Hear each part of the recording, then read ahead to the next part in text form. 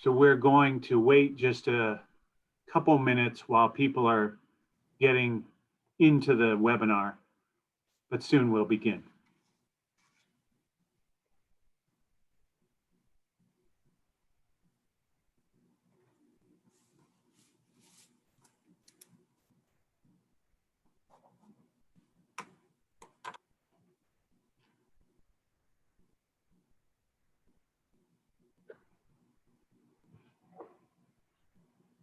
Good evening.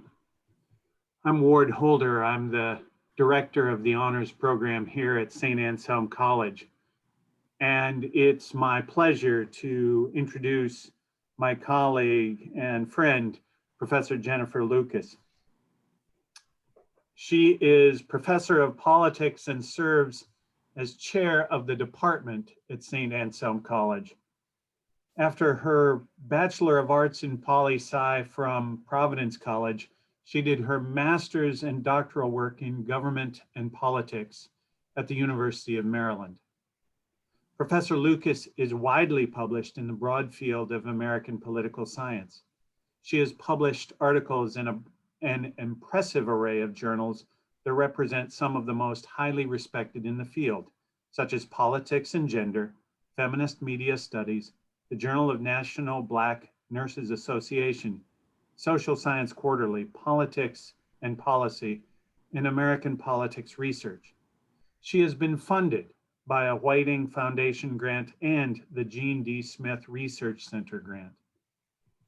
Professor Lucas has co-organized the American Elections Context and Consequence series in March of 2015, 2017, 2019, and I know she is already at work on the March 2021 event.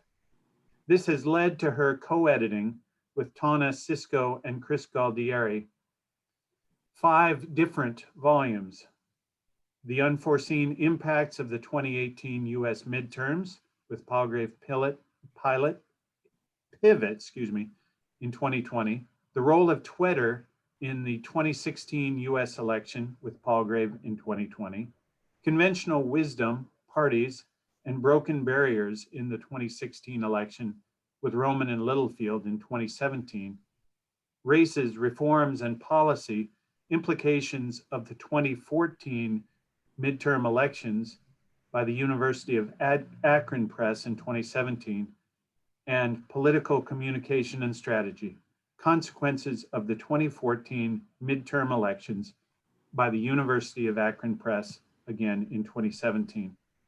Tonight, Professor Lucas' lecture is entitled, A New Era or More of the Same, Politics in a Time of Pandemic. Welcome, Professor Lucas. Good evening. Thank you to the Honors Council and to Professor Holder for the invitation to speak about the upcoming election and the politics of pandemic times. Before I begin, I want to say thanks to my co-authors, Tana Sisko and Chris Galdieri, who helped with the research for this, as it will likely become a basis of a chapter on this election. Any errors are my own.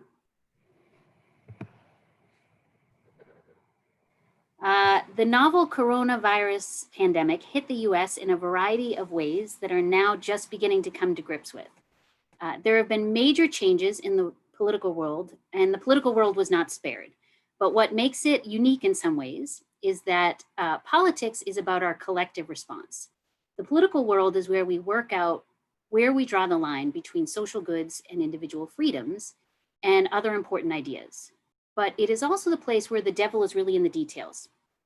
The standards for matching signatures on absentee ballots, or whether additional days are allowed for ballots to come in, can mean the difference between who wins and who loses. This talk is structured as follows. First, we're going to start with a quick update on the election. Let's see if I can get this, there we go. And then we'll move on to talking about some of the ways the pandemic has reshaped, at least temporarily, 3 different areas: campaigning, voting, and democracy. However, we will be touching on several themes that I think have come to the fore during this pandemic: federalism, polarization, and the importance of democratic norms and institutions. While in many ways it's a good thing that we have durable institutions that can remain flexible enough to respond to the immediate needs of the population during a pandemic, it also means that the basic aspects of our system are fundamentally the same. So to start with an elections update, let's see here. Oops. So this map is from Real Clear Politics, which tracks polls on a range of contests. And as you can see here, Biden is closer to the 270 electoral college votes based on the number of states that are solidly Democratic. And while Biden has a lead in national polls, if we learned anything in 2016, it is that the Electoral College requires that you win states and not overall votes. So it will come down to these toss-up states in gray. Of the states that went for Obama in 2012 and then flipped to Trump in 2016, Nevada, Iowa, Wisconsin, Michigan, Ohio, Florida, and Pennsylvania, Biden has a slight lead in all of them except for Ohio. In Nevada, Wisconsin, and Michigan, Biden has a lead greater than 4%. So it appears that Democrats actually have a good chance in the states that they lost in 2016 compared to 2012. However, Ohio, Pennsylvania, and Florida all still show a close race and are all important swing states. However, if he won Michigan, Wisconsin, and Nevada, Biden would just need Ohio, Pennsylvania, or Florida to break in his direction. On top of that, though, Republicans are defending slim Biden leads in typically red states like Arizona, North Carolina, and Georgia. So how will voters make up their minds? Well, voters say they care most about the economy and healthcare. In October, though, Trump supporters were 15% less likely to say the coronavirus was important as compared to this summer. Trump voters are more enthusiastic about their candidate, which makes turnout all the more important for Biden. Political scientists also note increasingly that negative partisanship, meaning that you're not necessarily voting in favor of one party, but voting against the other party, has been on the rise and is reflected in current polls. One national poll asked, what is the main reason you support or lean toward their favored candidate? And 19% of Trump supporters said he is not Biden, and 56% of Democrats said he is not Trump. In a New Hampshire Institute of Politics poll, the number one reason people gave to a question about choosing whom to vote for was defeat Trump. So, having talked a little bit about what the election is about, and I'm happy to talk more about that in the Q&A, I wanted to start with the first topic, which is campaigning in the pandemic. So how have COVID restrictions impacted how candidates are campaigning? So first, the biggest change has been in the limitations in in-person campaigning. One of the most important ways that parties and candidates get voters to turn out to vote is by mobilizing them, usually through phone calls, direct mail, neither of which are really affected by the pandemic, but also through their sort of ground game, which typically includes offices with staff that organize volunteers, get people registered, give them information, remind them when to vote and where their polling place is, and generally run their get out the vote operations. Studies have actually shown that local offices can increase a party's county level vote by 1%, which is clearly small, but can be quite meaningful in a closed state. Since 2008, Democrats have had far more offices than Republicans, but that trend has reversed this year. The Biden campaign has had almost no offices before October, while the Trump campaign has had over 300 field offices. And you can see from this map that they're mainly concentrated in those key Rust Belt states that he won that had previously been Obama states. In fact, you'll hear many conservative candidates still talking about Biden as a, quote, basement dweller, because he eschewed in-person campaigning during the early days of the campaign. In some ways, it makes sense not to campaign in person, as 63% of voters reported being uncomfortable with canvassers knocking on their door. Of course, Trump supporters may be more willing to open the door to someone without a mask, and this reflects the president's belief that the crisis is overblown and pretty much behind us. In fact, the president's campaign site currently lists places for MAGA meetups.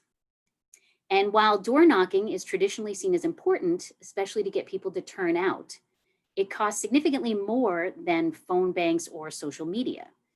And with voters likely to have questions about new procedures, which we'll talk about in a minute, these phone banks may actually be more helpful than in previous years. Now, social media is much maligned, and rightly so, but it's useful for activating a person's network and having them encourage people to vote. And it may actually be more effective than the campaign doing it. So both campaigns have created mobile apps. You can see the Trump one here on the slide that give you, quote, inside access to the campaign for your strongest supporters, while also getting access to their contacts. Now, there are other ways that not being able to speak to voters face-to-face may have an impact on campaigns. For first-time candidates, getting petitions signed to get on the ballot may be difficult if you can't go and approach people to ask for signatures. With the economic downturn, raising money also becomes trickier for less well-known candidates. Candidates are also holding virtual town halls, one you can see here, which require people to log in rather than just answer the door. Zoom fatigue also seems to be setting in, which may make getting people to sit in front of their computer for another hour at night to hear a candidate speak is less appealing. And by the way, did I say thank you for coming tonight? So one smart Montana candidate started holding virtual story time for children to give parents a break. Other candidates have been using town halls as a way to discuss staying healthy or answering questions about the coronavirus. Others have innovatively hosted social events like wine tastings or mask sew-alongs to encourage people to drop in virtually. In addition, some candidates like Senator Ed Markey have even started podcasts to reach out to voters. However, these events can be easily recorded, and campaigns have to ensure that their candidate is careful what they say in a virtual meeting. For example, some of you may have heard Senator Ben Sasse was recorded on a constituent phone call being critical of the president, which ended up being a pretty big media story. Now, some candidates are clearly not following the protocols. So these are examples of candidates on the campaign trail this year. Other issues for campaigns also include staff, some of whom are here in these photos. Remote campaigns are especially difficult because campaigns often run on the passion and willingness of young people to work long hours for very little money, which is offset by a sense of teamwork and camaraderie, which may be absent working remotely. But while candidates are concerned about their constituents, they're also at risk as well. Georgia's Senate candidate and Professor Liz Ossoff's cousin, Jon Ossoff, stopped campaigning actually when he was experiencing symptoms, and his wife, who's an OBGYN, actually tested positive. And of course, we all know that the president himself also tested positive, as did many of his White House staffers. Okay, so next I'd like to talk a little bit about what we know about voting during the pandemic. So this is a picture of my friend Marie from grad school, who posted this picture of herself on Facebook. And we're going to come back to Marie in a minute. First, I want to give you some broader context, though. So this year has been particularly difficult for states as they struggle with whether and how to have voters vote safely. How have states responded, and have they stepped up to the plate? Well, one of the easiest ways to ensure no contact voting is to allow voting by mail. Brookings ranked states based on how well they responded to the pandemic in their voting by mail procedures. As you can see from this map, some states have done far better than others. The darker green states, mostly in the West, have done the best job. This isn't that surprising, as some Western states have already had mail-in voting, like Washington, Oregon, and Colorado. The states that are red on this map are the D's and F's. And you can see actually that New Hampshire does not do that well in terms of voting by mail. That's because although you can say that COVID is a reason you would like an absentee ballot, you still have to give an excuse rather than just receiving a ballot in the mail. New Hampshire will also not count your absentee ballot if it is received after Election Day. So while you can go out and pick up your absentee ballot and fill it out and drop it off, it doesn't actually decrease the amount of contact a person must have to vote. New Hampshire technically actually does have some drop boxes, but you actually have to show your ID. That means that someone from the clerk's office has to be there to check your ID. So basically, it's the same as bringing it to an office, and again, not allowing for no contact voting unless you put it in the mail. So looking at one specific aspect that they looked at in the Brookings grades is ease of voting by mail. And you can see that in the orange states, there are 5 states that still require an excuse or a reason that meets some pre-approved list in order to get an absentee ballot. And specifically, it cannot include the pandemic. On the other end of the spectrum, again, are the states that have actually mailed voters ballots in case they want to vote by mail. Again, mostly Western states. And then the middle states are where most states are. They may have sent applications out, as they did in Massachusetts, but most states just allow you to request a mail ballot as usual. Now, clearly, the easier you make voting, the more likely it is that people will do it. Of course, in our polarized country, this has all become politicized. So there's been a significant controversy about whether the Postal Service will be able to handle the increased volume and whether they can assure that your ballot will be there on time. While some Republican voters held a public burning of absentee ballot applications in Michigan, actually happened, the Trump campaign was actually simultaneously trying to encourage some of their voters to vote, absentee or not, in competitive states. So this has been a very delicate balance for his campaign. One of his staff members said his imprecision has made it difficult. The evidence suggests voting by mail does not favor one party over another. However, as you can see from this chart, Democrats are now more likely to support voting by mail, which is reflected in early voting with nearly twice as many Democrats voting early by mail so far. However, support for mail voting has declined from May to September, as you can see in these poll results. Looking at the top line, now only about 35% of voters are planning to vote by mail, down from close to 50% earlier this year, perhaps as people have become more used to living with the pandemic.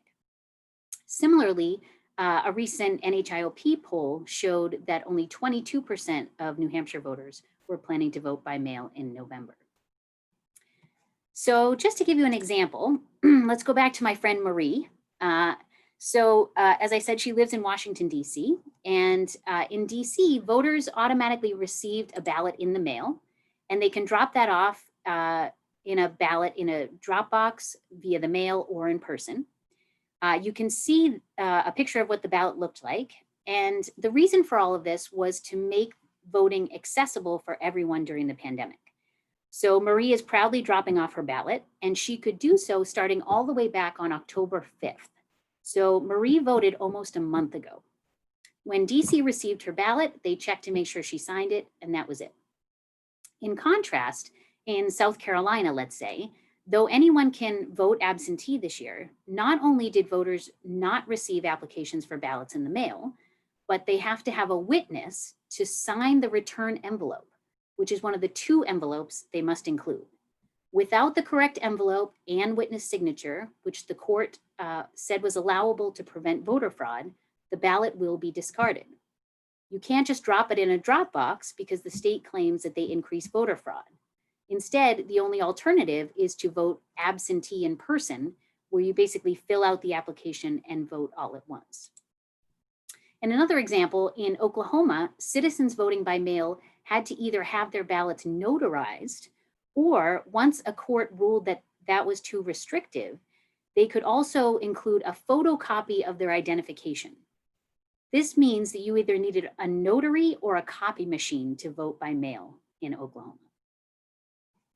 So the broader context here is that voters are choosing alternatives to in-person voting, as you can see from the chart on the right.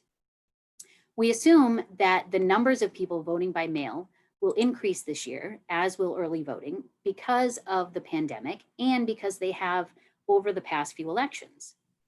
However, we need to remember that A, many people have not done this before, so there's going to be some confusion. And B, election officials also have not done this before to this magnitude, so there's going to be a learning curve for them. For voters, this means that many will miss the deadline or have their ballot rejected because their signature doesn't match their registration, they forget to sign it, or other reasons like they weren't actually registered to vote in the first place or that the ballot was incomplete. You can see the reasons for absentee ballot rejections from 2018 on the left. Now, this is only about 1.4% of all mail votes submitted, but that will still be thousands of disenfranchised voters this year. Studies show that ballot rejections tend to disproportionately invalidate ballots from young voters and minorities. So far, one report suggested absentee ballots in Ohio were being returned nearly twice as often as they were in 2016. Now, with practice, that will likely decrease, but that doesn't help us in 2020. Now, why might this matter? Well, in Wisconsin, President Trump won in 2016 by fewer than 23,000 votes, less than the number that were rejected in the state's presidential primary this year. Now, while absentee ballots are a challenge more broadly, administering elections in the era of the pandemic is particularly challenging. Election officials across the country will have to process many new ballots, including all of those additional hurdles I just mentioned, including verifying signature matches, checking for witness signatures or notarized signatures in some states. Some states and counties have also put into place new technology for sending and tracking mail-in ballots or finding drop boxes or early voting satellites, as you can see in DC's updated system here. In some places, voters can receive an electronic notification and even see if their ballot was rejected. This also increases costs for counties running elections, including the cost of sending out absentee ballots, with some places having spent all of their budgets in the primary election. And this is especially acute as states make budget cuts because of the economic downturn and have had no additional help from Congress since the CARES Act in May.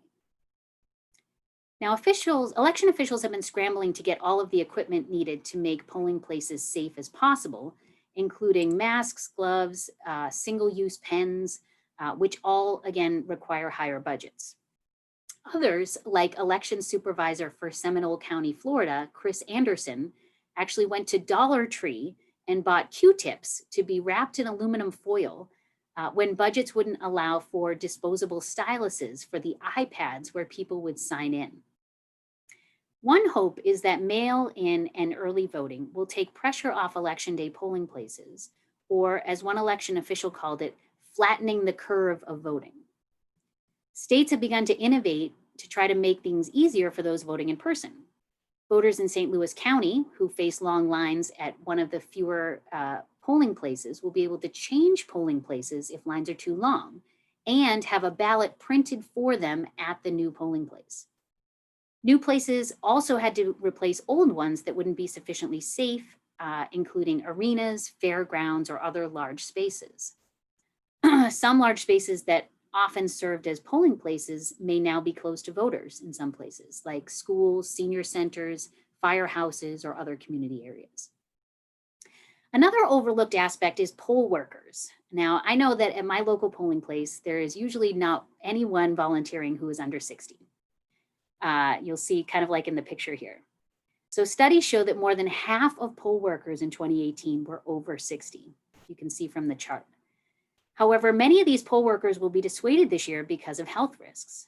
This means that many jurisdictions during the primaries reduced the number of polling places because they couldn't recruit younger workers to work at the polls for the day. For example, in Milwaukee during the Wisconsin primary, the city was planning to have 10 to 12 voting sites, but ended up only being able to staff 5. And that was with the help of the National Guard. However, all of these changes likely mean that there will be even longer lines in polling, let's see if we can get this to work. Oh well. You can see sort of in the corner there that we're gonna see longer lines again in polling places on election day. And once again, state differences are key. So if you could see this video, you can see some of it. There are long lines in Georgia during the primary where we saw 2-hour waits in some places over the weekend. Atlanta's pro basketball arena has actually been transformed into a mega early voting site. So there are actually fewer lines in Fulton County because of their 300 voting machines there. Election officials are also hemmed in at times by state laws that do not allow them to open ballots until Election Day, as in the case of Pennsylvania, New York, Michigan, and New Hampshire. As an example, after Arizona had record high vote by mail in 2018, and it took a week for the Senate race to be decided, the law was changed to allow absentee ballot counting to begin 2 weeks before Election Day. So on the other hand, Pennsylvania officials can't count ballots until Election Day, and Michigan only allows ballot counting to begin 10 hours before Election Day. Now, these states will likely determine the election, so experts suggest that we shouldn't expect to know the results from these states until Friday. Some experts are actually saying we should prepare for election week instead of election night. Okay, so now moving on to my last point, which is democracy. So I just want to make some final remarks about democracy in the pandemic. There has been concern about the president saying during the first presidential debate that he was, quote, urging his supporters to go into the polls and watch very carefully because that's what has to happen. The Trump campaign created the, quote, army for Trump, mobilizing volunteers for a number of reasons, including poll watching. Now, that in itself has actually often been a sign of more democratic openness, allowing poll watchers to observe to ensure that the process is secure and to keep track of discrepancies. The problem is this may actually be encouraging surveillance of polling sites and potentially intimidating voters, which, just as a reminder, is a felony. Now, while polling places have buffer zones as a way to keep political persuasion at least somewhat away from the ballot box, some right-wing extremist groups have said that they will patrol polling sites on Election Day. In fact, one private security firm in Minnesota claimed that it was going to keep an eye on election sites to, quote, make sure that the Antifas don't try to destroy them. This is concerning because there are laws governing what poll watchers can and cannot do to protect people from feeling intimidated from voting. This is on top of the number of tweets and other statements that the president has made about this election being rigged, as he claimed in 2016. He also claimed on Sean Hannity's show that he was going to have sheriffs and law enforcement watch the polls. Now, all of this is complicated by the fact that in Wisconsin and Kentucky, which shrank the number of in-person polling places significantly in their presidential primaries, ended up asking the National Guard to keep these polling places orderly. This is in part because in Kentucky, for example, the number of polling places decreased from 3,700 to 200 for the primary. A huge traffic jam at the single polling place in Louisville meant that many voters didn't make it through the doors before 6 p.m., and a judge actually had to issue a quick injunction to reopen them. But having the National Guard at polling places this fall may play into voter fears that polling places appear militarized and potentially having a chilling effect on turnout. It is worth noting that advocates had preemptively sued to challenge having only one primary place polling place for the entire county, but a judge said that it did not violate the Constitution or the Voting Rights Act. In response, states, in addition to concerns about election administration, are now concerned about voter intimidation. Some of you may have heard the Secretary of State in Michigan actually issued an order that banned firearms at polling places. Other places have trained poll workers about what would happen if there is intimidation at the polls. However, voter intimidation is starting a lot earlier than Election Day.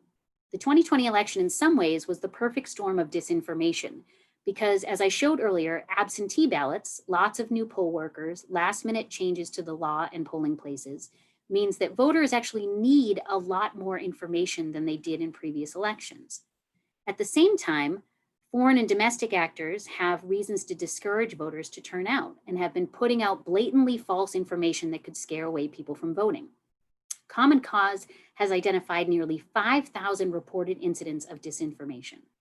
For example, one robocall that went out to minority voters in Michigan, Pennsylvania, Ohio, Illinois, and New York warned them that their mailed-in ballots could be used to track people down for old warrants, to collect on debts, or identify those for a mandatory vaccine, of which the minority community has been especially skeptical.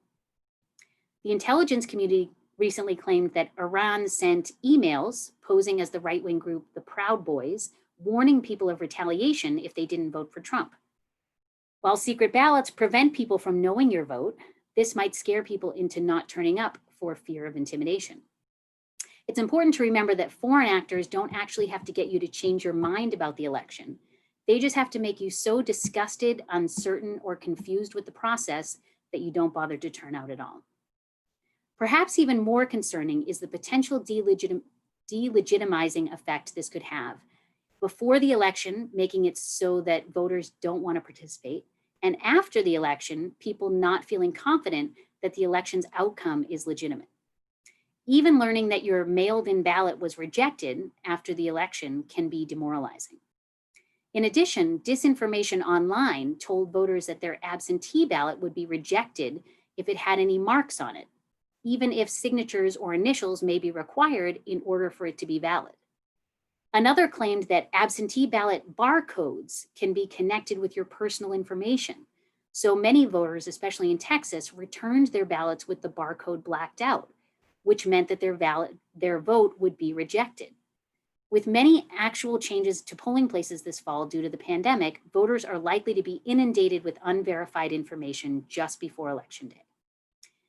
A recent NHIOP poll of New Hampshire voters found that 55% were worried about the integrity of the upcoming election, compared to only 35% who were confident. And when New Hampshire voters were asked whether they were likely or unlikely to accept the legitimacy of the presidential election if their preferred candidate loses, only 47% of voters said it was likely. Only 39% of Republicans said it was likely they were going to accept it, compared to 51% of Democrats and 62% of others. Overall, political scientists have found that because ballots leak more when you're voting by mail rather than in person, where issues can be addressed immediately, voters tend to have slightly lower confidence in voting by mail procedures. The likely large number of rejected ballots, confusion at the polls, concerns about safety and intimidation, real or imagined, will likely mean that this election could potentially have some long-term effects on belief in the integrity of our system, even if they're to be expected in a pandemic. The question will be whether this blow to the foundations of our voting system will provide an opportunity for innovation in our elections, as it in many ways already has, or whether it will undermine the long-term legitimacy of our elections and therefore our representation. Overall, then, I just want to highlight several themes from this discussion. First, while most of us think of federalism as kind of an abstract and potentially outdated and unnecessary idea, the pandemic, especially with the federal government handing off significant decision-making to the states, has highlighted how differently states will do things, including elections. Some people have actually called elections hyper-federalized. As I remind my students, states have control over their own elections, not the federal government. Second, the high level of polarization and the benefits elites receive from encouraging it means that any changes these days are quickly sorted into partisan camps. There's no real reason why mask wearing or voting by mail should be partisan, but I would argue that elites believe it is in their electoral interest to encourage that, and voters follow those cues. Finally, I think we should all be concerned about the potential that delegitimized elections will lead to even greater distrust among one of our most sacred democratic rituals, voting. To end on a positive note, though, I just wanted to show you a picture of the executive director of the Florida Rights Restoration Coalition, Desmond Meade, who cast his first vote in a presidential election this year. Meade headed the fight for Amendment 4, which restored the voting rights of people who have served sentences for felony convictions. And so he was a former felon and now is able to vote in Florida. And so it's a good, I think, reminder that we shouldn't take voting for granted. So thank you all very much. And I hope you will put some questions in the Q&A so that we can discuss them. Thank you.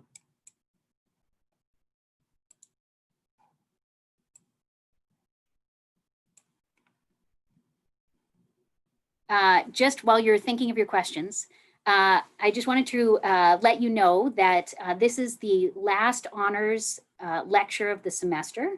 But Professor Holder would like me to remind you all that we're going to have at least 2 coming up in the spring semester. Good. Okay, so we have our first question talking about Richard Hassan's book, Election Meltdown, that Trump's calls for poll watchers in 2016 was nothing more than an attempt to try to get new donors and people to sign up to be volunteers for other things like door knocking. How would you respond to this claim? So nothing more than an attempt to try to get new donors. Yeah, so his book is, he's a bit of a controversial figure. So he's arguing really that voter suppression is real and significantly, definitely blames Trump for some of that.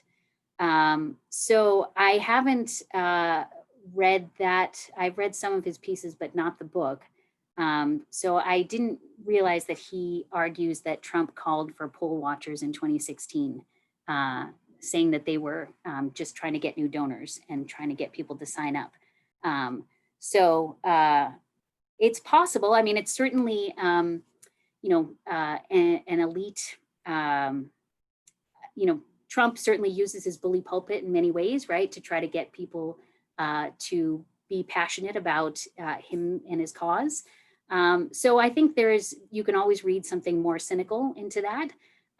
At the same time, he certainly seems to believe that, voter fraud is a real concern, and that's something that we need to keep an eye out for. I'm not sure he fully realizes, the extent to which, that can potentially harm people by having a threatening atmosphere near some of these voting areas. Another question, it seems like the Democrats have not been campaigning much in New Hampshire, while the Trump campaign has been here a lot. Why do you think that's the case? And do you think that New Hampshire could flip? I was going to start by saying I'm not going to predict anything because that's not my job. But it is definitely the case that we've had some alums that I ran into that were working on the Trump campaign and were, out knocking on doors every day. And I have not seen any of those same type of people for Biden. So I think that was in some ways intentional by the Biden campaign that they weren't going to knock on doors in person. I do think that the 2 parties have different likelihoods of success, I think, in terms of door knocking. I think Trump voters or Trump leaners are much more likely, I think, to respond to an actual door knock. I think if somebody knocked on someone who's more likely to sort of be a Biden supporter, they may be more skeptical of answering the door in the pandemic. So I think it may have been a sort of cost-benefit analysis for the Democrats, thinking that it may not necessarily have paid off to have all of those people out there. It will be quite interesting. There's going to be interesting postmortems after the election about the effectiveness of, going door to door in the pandemic and whether or not that's as important as we think it is. Good. Okay. Another question. I'm wondering, is there any comparison to past elections in terms of voter intimidation? Well, several of my students were watching some historians basically talk about some of the voter intimidation, the racial intimidation of Black voters in elections in the South, especially. And so it's definitely been much worse. And I think part of the reason why we have a lot of the rules that we have in place that I was talking about earlier in terms of absentee ballots or, having buffer zones around polling places or all kinds of, rules designed to prevent voter fraud, most of those have their roots in the progressive era, which was basically trying to curtail the corruption of the political parties who, actually, would basically, people would come off the boat and they would hand them a ballot and get them signed up and ready to vote. They were, there were all these, stories of intimidation and maybe not intimidation necessarily, but, at least voting used to be a lot more corrupt, right? Where people, it would be at a saloon, people would be drinking, they would feed people, so some people could argue that's basically vote buying or bribery. So a lot of those rules are in place because we had such corrupt elections, really until some of those reforms finally came around. Good. Okay, so another question, what new federal election laws do you think may emerge from this year's collective experience?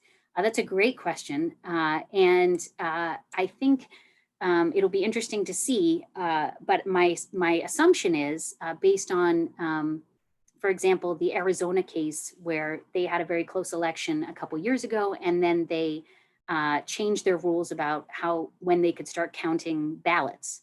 My guess is that many states are going to rethink some of those decisions, especially if the Supreme Court ends up making it more difficult to count and accept ballots after Election Day.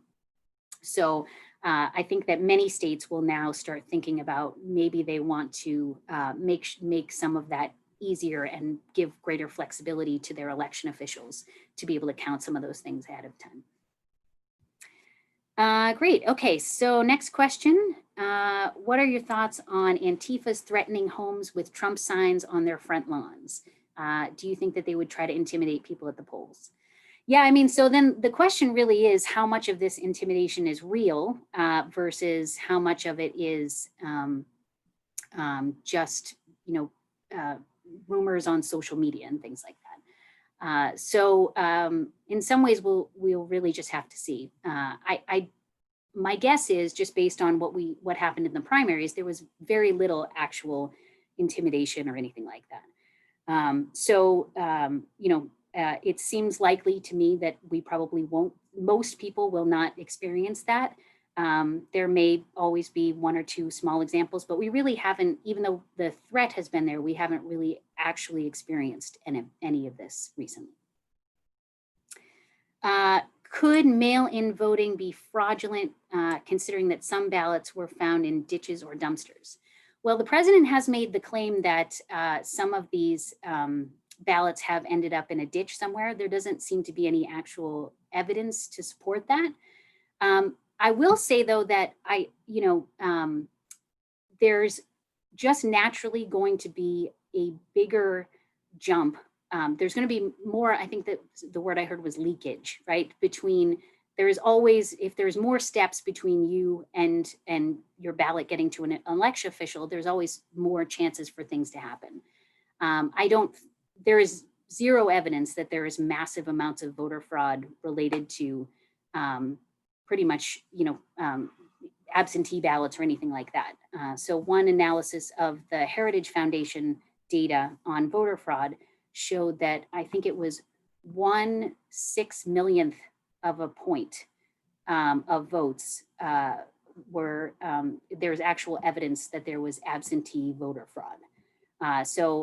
More often than not, if things happen, it's, somebody forgets to sign it or someone signs it for them and they didn't realize that was, part of the security process, that kind of thing.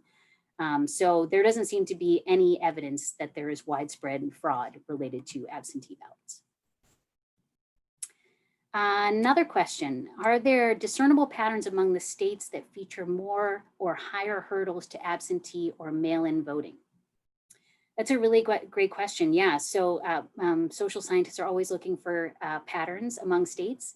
For the most part, at this point, when it comes to mail-in voting, right now it seems as though it's the Western states that are really taking the lead there. So Washington, Oregon, and Colorado have had mail-in voting for some time.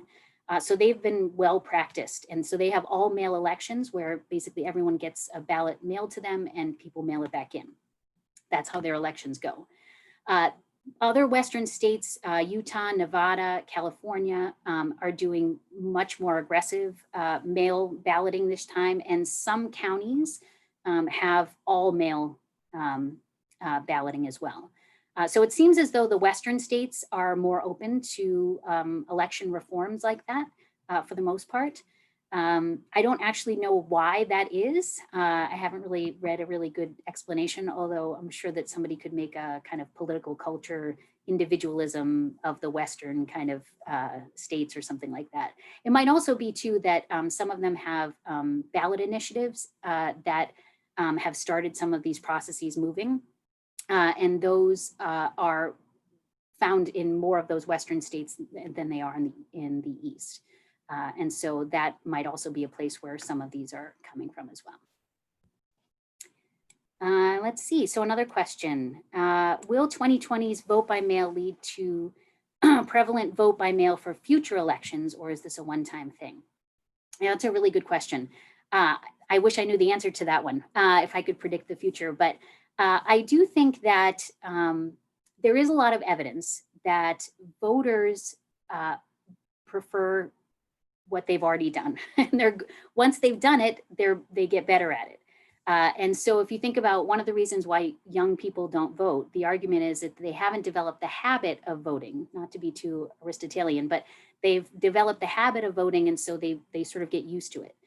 And so that's why I think this year is going to be quite jarring for people, because now they're going to have to potentially go to a different polling place. I was thinking about this today for myself. What if I vote in person? In the polling place, they said, well, you could go somewhere else. I would have no idea where to go. So, just trying to, those small things can actually, add up for especially a voter that says, well, I have to get back to work or something, and I don't have time to wait in line for 2 hours or an hour or something like that. So my point is, though, is that I think once voters get in the habit of voting by mail, they're more likely to do it again. So the study of Florida voters, absentee voters, looked at people who had voted in 2016, and they were the group most likely to vote by mail successfully in 2020 in Florida. So hopefully, if we as a country start practicing the process of absentee ballots, we'll actually feel more comfortable with it, and potentially this could become something that's a little bit more widespread in the future. Another question, do you think that there will be a move to have more federal rules and guidelines so that access to voting is more equal?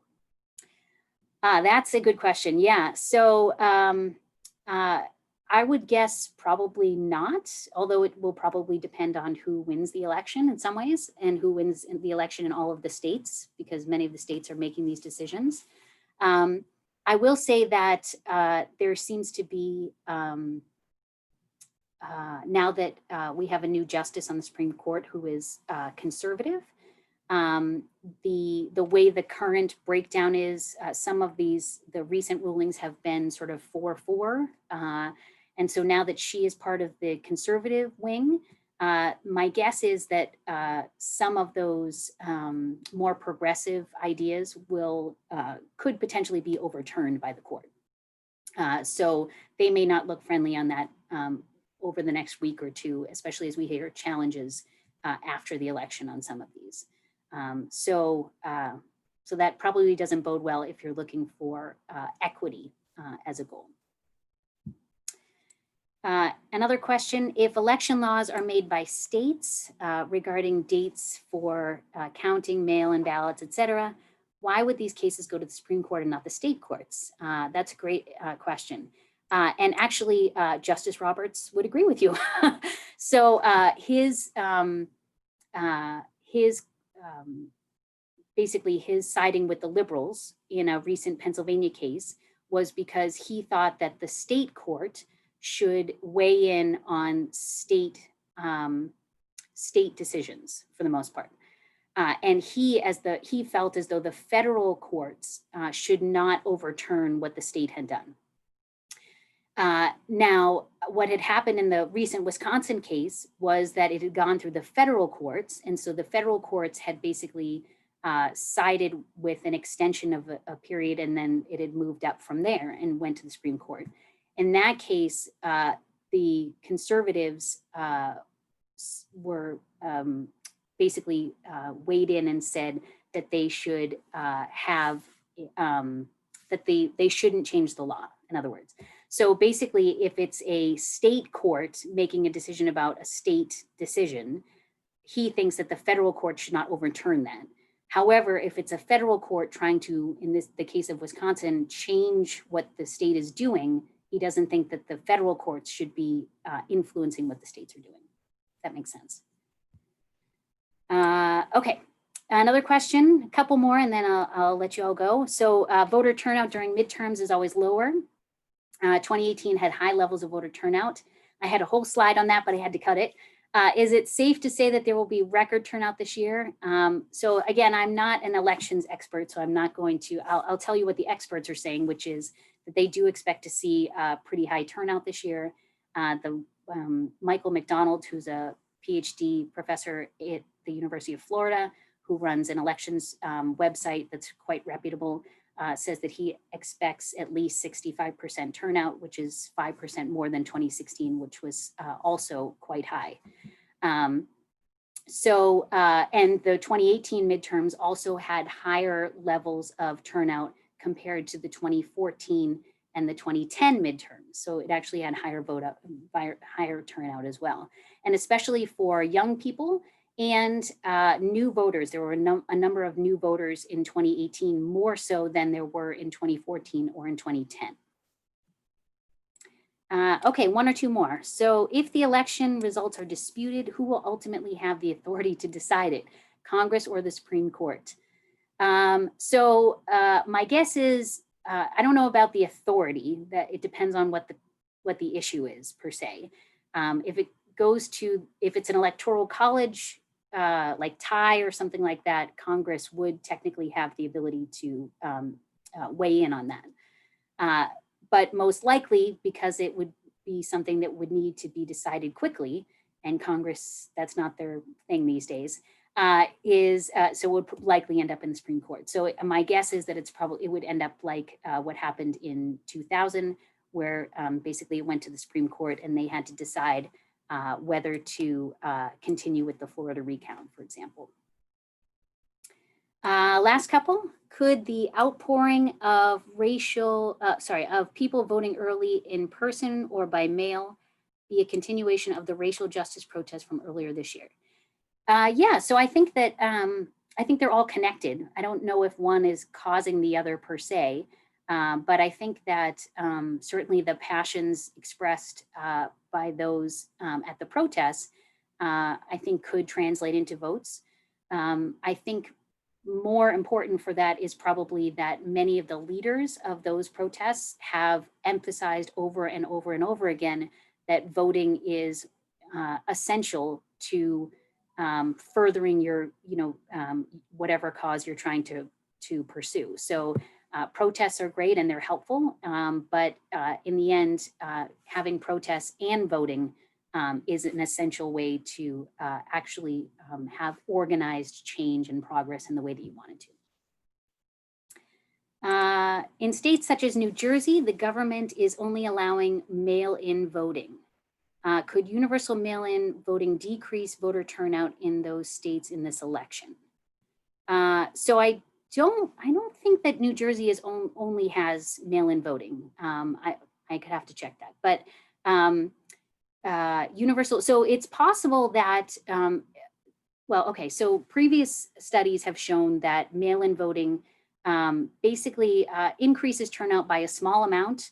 It seems to be, 2 to 4%, and it seems to actually be spread across both parties. So in previous elections, at least, it doesn't seem to have favored one party over the other.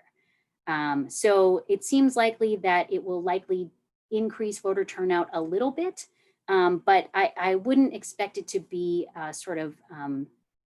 huge, have a huge impact. And some political scientists have actually worried that the long-term impacts of undermining Election Day as kind of a ritual, right? The importance of Election Day, coming up, everyone getting excited and passionate about that, actually does increase turnout.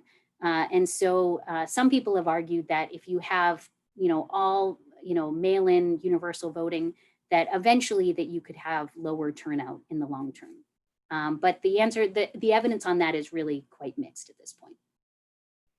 Okay, and then the last question, and then I'll let it go, I'll let you guys go, is do you think that other countries are actively seeking to delegitimize elections in the United States?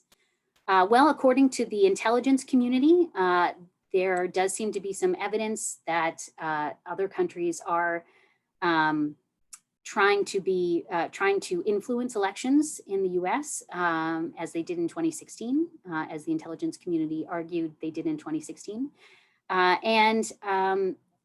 This is not my area of expertise, but I do think that they are trying to, if you look at what happened in 2016, like on social media and things like that, it seems as though they were really trying to identify the places where we have differences with one another and to amplify those and to try to make it so that people didn't want to turn out. And I think that is just the absolute worst possible outcome, right? That the most important thing is that we need to, really try to, we express our opinions on election day, and then we accept the outcome of that election and those fair processes. And so undermining those processes and undermining our belief that other people have good intentions, I think is really quite concerning. So I guess that's a good place to stop. Again, I want to thank everyone. I want to especially thank Professor Holder for the invitation and all of the Honors Council students. And again, keep an eye out for a couple of lectures that are going to be coming up in the spring. So more honors lectures to come. So thank you all very much. Even though I can't see you, thank you all for being here. I appreciate it very much. Have a good night.